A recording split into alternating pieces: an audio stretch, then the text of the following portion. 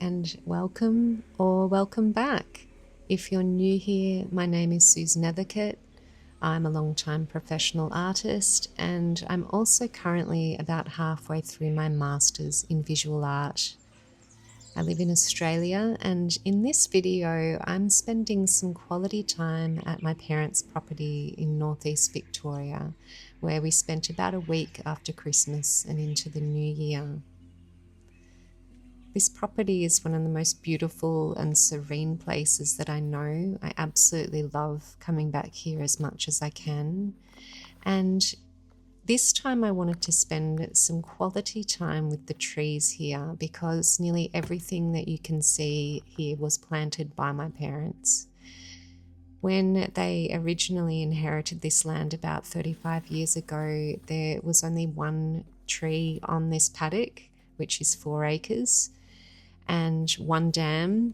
And I remember the first summer that we planted trees here, we had to hand water all of the trees that were planted with buckets. So I feel very attached to this garden because I saw it come into being and I've seen it mature, and as I've aged, it's aged. And I wanted to spend some time with these trees. There's quite an interesting mixture of European and native trees on this land, and I'm really interested in that mixture of what makes up the Australian landscape predominantly is this mixture. But I also wanted to spend time individually with these trees because I don't get as much of an opportunity as I would like to draw in nature. I often find I can't on holidays because I'm with the family and I don't really have the time to just sit and sketch. But I wanted to really touch and get in tune with the different trees on this property and record them and get to know their textures, their individual and unique shapes, and how they interact to make up this landscape that is my parents' garden.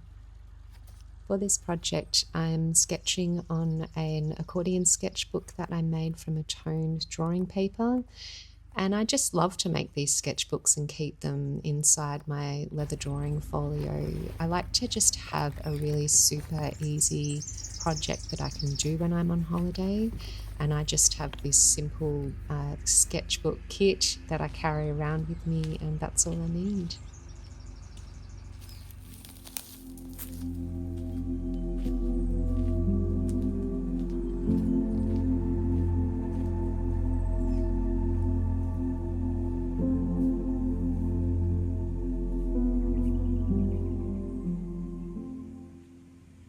I really love the unique shape of this tree, which my dad tells me is an Indian cedar. So I really wanted to get to know it and get up close and personal with this gorgeous bark that's just so textured and really capture the wildness of the limbs of this tree. It was pretty hot while I was up there. It was right in the middle of summer, so it was a priority to find places in shade that I could draw, but it was just so beautiful and peaceful to sit under a tree and listen to the bird song and capture these trees. My tools of choice for this project were really simple. The first is the Kaweco Sport 3.2mm clutch mechanical pencil, which has this really fat 5B lead in it, which makes it very easy to get down a lot of information with a minimal amount of marks. I'm actually quite impatient as a sketcher, and I want to get down as much information as possible with as few strokes, and I'm really seeking to loosen up my drawing, as this is sort of something that I've taken on as a personal challenge over the last year or so.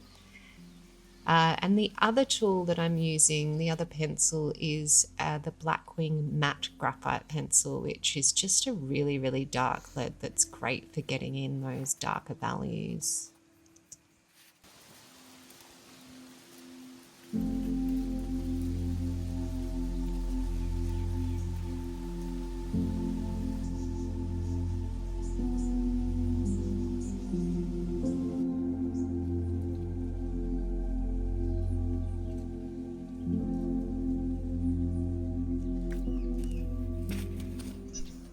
had a few days to do this sketching, so I headed out the next morning. It was really, really hot, and I really wanted to draw a couple of the trees that are toward the rear of the property near the dam that I was talking about earlier. So fortunately I was able to find a shady spot underneath this oak tree that my father planted down near the dam. I particularly love this corner as a way of illustrating how there's such a mixture of native trees and the European varieties. This gorgeous tree here is an ironbark, and it's incredibly tall and beautiful. And the one that you can see behind it is a spotted gum, and I love the contrast of the light and the dark, and it's really hard to capture how tall these two trees are. They're kind of like two sentinels that stand at the side of the property, and I was talking to my dad about them and saying how I really feel like these trees are kind of animated. They feel like they have a personality, particularly this spotted gum. So I really wanted to spend some time with both of these trees and capture their unique beauty. They're so very different in their texture. The spotted gum is incredibly smooth. It's really lovely to touch, and it has this gorgeous bark that as it comes away leaves this beautiful mottled spotted effect, which is so unique to the Australian landscape and so iconic as one of our trees. And that is so contrasted with the texture of the ironbark, which is so rough and dense.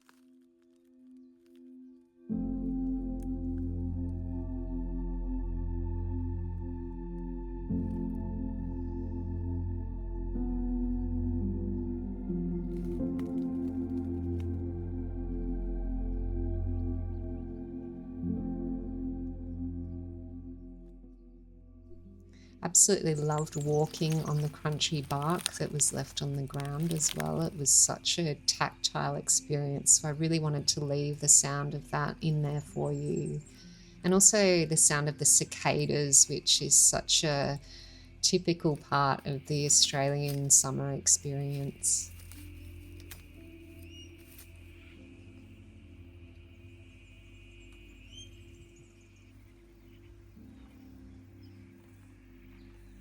It was really difficult to capture these two very tall trees in the landscape format that I was working in. So I chose for this one to just try and capture sort of a snapshot of the base of the tree and as it heads up into the sky. I don't feel like this drawing was in any way my most successful. It's probably my least successful of the whole sketchbook, and I think part of that was that challenge of trying to capture the majesty and the personality in these two very, very tall, straight trees. I couldn't really capture that, but nevertheless, I got to spend a really beautiful time listening to the birds and just being with these trees by the dam and enjoying them.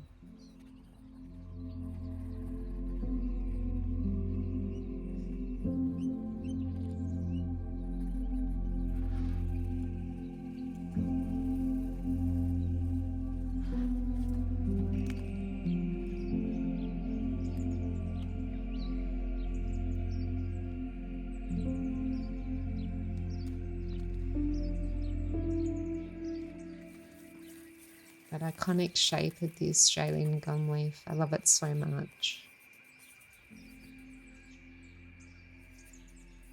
I also found these old cicada shells on the bark of the ironbark tree, which was really cool to see. And as I'm getting up close in this vision, you can see here, you can see those shells and just how rough and textured that bark was.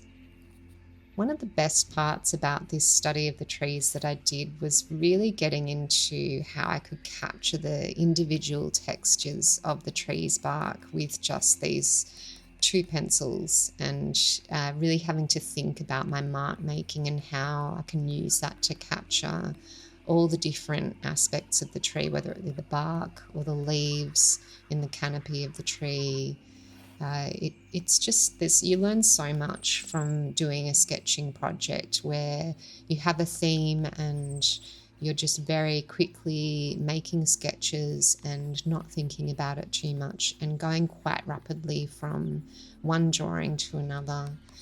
For me, that way of working, of being very prolific and making a lot of work in a short space of time and just being not precious about your materials, not worried about, anything except for just keeping your hand moving and allowing your intuition to show you how you can investigate different ways of making marks to achieve different results.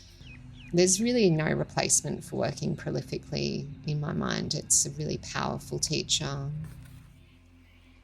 You can see how incredibly dry it is at my parents' at the moment. The dam is very, very low.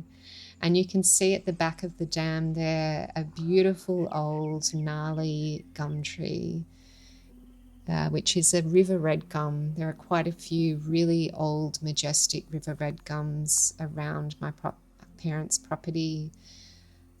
And I had to draw it. This was the only tree that was on this piece of land when I remember coming here as a child, and when we planted those first trees, that was the original that was there. So I absolutely had to come down here and spend some time with this beautiful river red gum.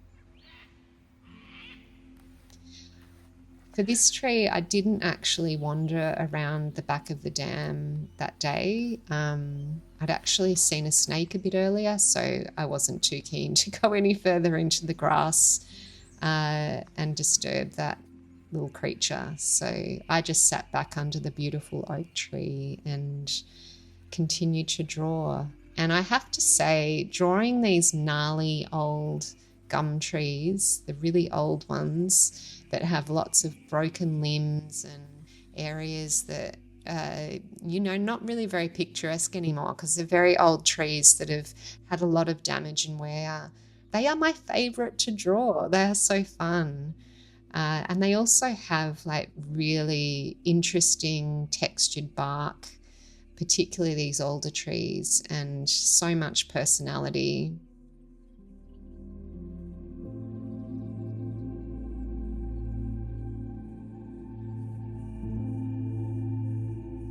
By this stage, I really felt like I started to find my groove with the sketching. I felt like I'd really loosened up, that all those sketches I'd made in the couple of days previous had just really prepared me to just be really loose and free with how I was approaching each tree and not be attached to the outcome. I think that's always the trickiest thing as an artist, is negotiating those moments when you start getting a bit precious about the outcome not being what you want it to be, or just even thinking about the outcome. The good artwork always comes when you're just in the flow and you're really enjoying yourself and you're not concerned about where this particular work is leading, which is such a hard thing to do. And that's one of the reasons why I just love working in these accordion sketchbooks that are just made from folded paper. I can just work on one of them and convince myself that even if this doesn't work out, I can chuck it aside and not worry about it.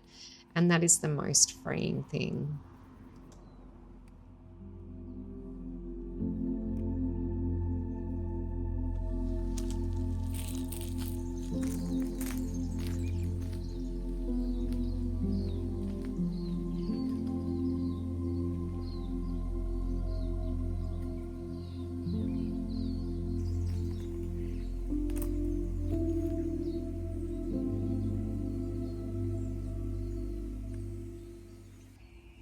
The final place I sketched on this trip is a beautiful grove of trees that just made the most lovely shaded area in my parents' garden.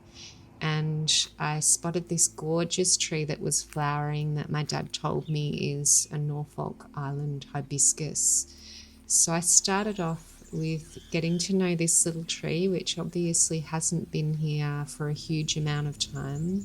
But these beautiful pink flowers just made it so striking and surprising on such a hot day. So I really enjoyed getting to know this little tree.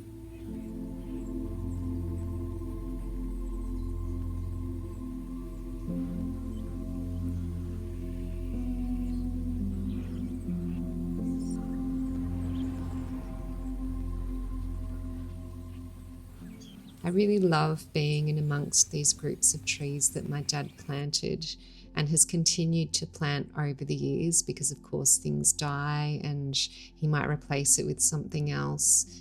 It's just such a unique and personal way to have a relationship with the land, to plant the trees that intuitively you just feel inspired to put together.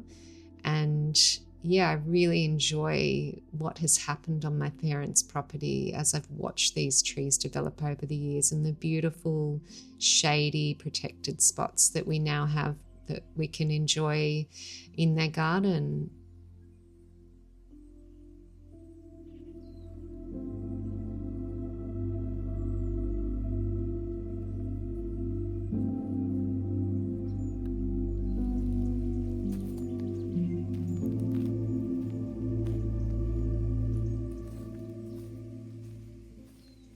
The tree next to that one is this fantastic specimen you can see here with the most fantastic shaped branches.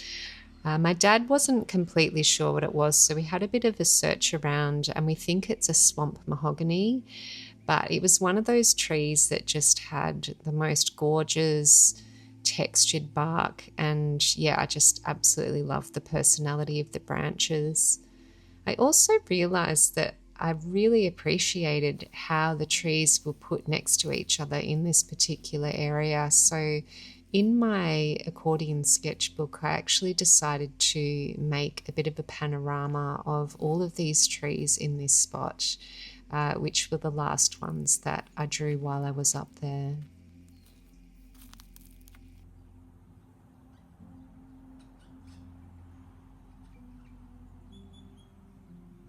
The fabulous part about working in an accordion sketchbook is that you can create panoramas of existing landscapes that can go for as long as you want them to go, because you can always just tape another piece of the accordion next to it if you want to just keep drawing across the landscape. Or you can simply draw different trees or different landscapes on different panels, and they just sort of carry into each other, into the image next door, and kind of look like a panorama, even though they may not actually have been next to each other in that environment.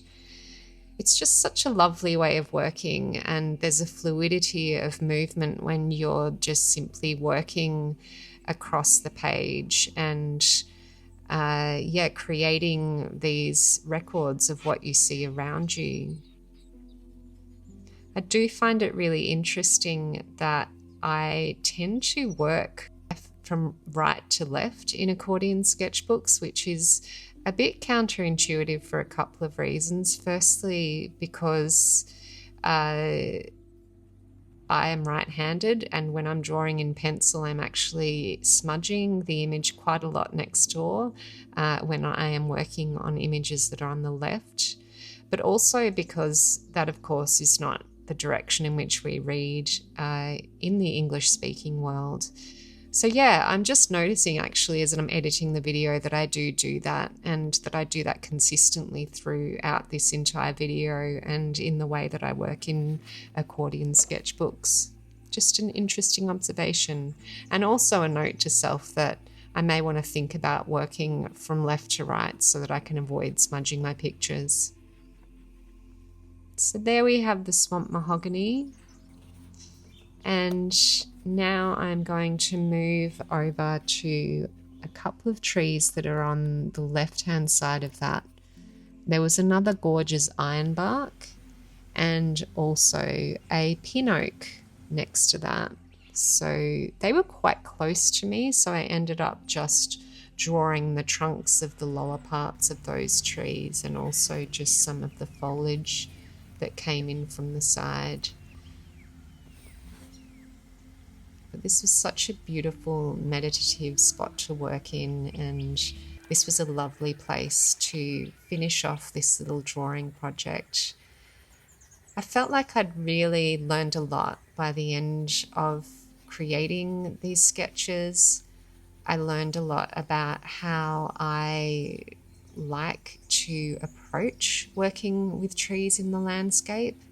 I learned a lot about how to create texture from my mark making using really minimal tools, and that you can really create a amazing overall impression of the landscape that you're in with a really minimal amount of effort, just with these simple minimal tools. So I hope you enjoyed being in my parents' garden as much as I did. Now it's time to pack up, go home, and we'll sum things up.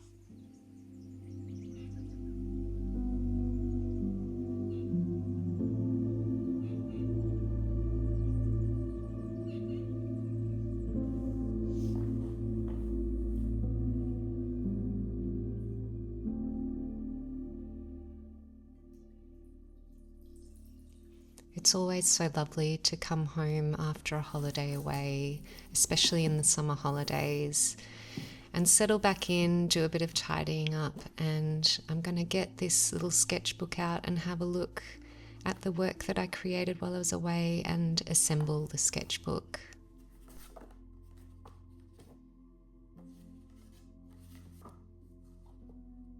So once I'm back in the studio, I get out all of my odd sheets that I've been drawing on over the past few days. And I had quite the length actually by the time I got them all laid out. And it was lovely to see them all as a panorama laid out on the table. So what I'm going to do is tape them together and start the process of turning it into an accordion sketchbook.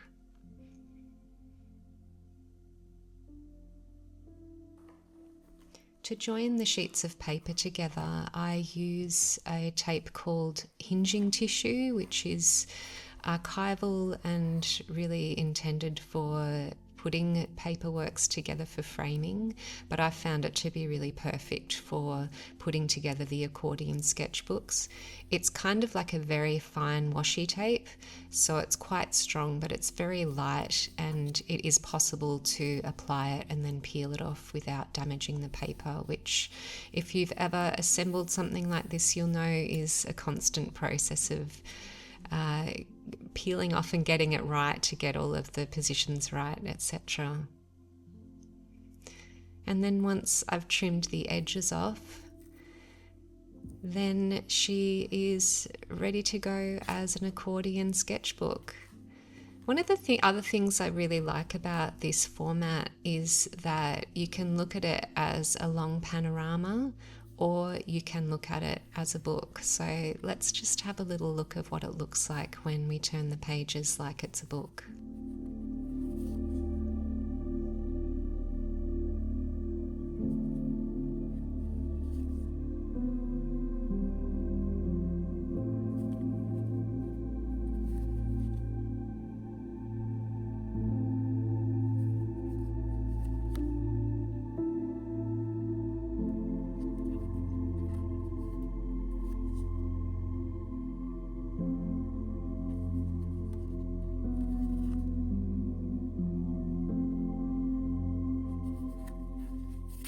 And then the final step that I won't actually do in this video, but I have done in the previous couple of videos, if you want to check out how I make my own sketchbook covers, is to put these covers on it, which I pre-made at an earlier time, so that these can become part of my collection of handmade sketchbooks that are part of my masters. So thank you once again for joining me. If you've reached the end of today's vlog, then be sure to perhaps this time give me a sunshine emoji. I think this was a summer holiday video for me, so give me a sunshine if you made it to the end. And once again, thanks so much for joining me for another vlog. And if you haven't subscribed already and you like what I'm giving to you here, then please do consider subscribing. Take great care of yourselves, and I'll catch you next time. Bye.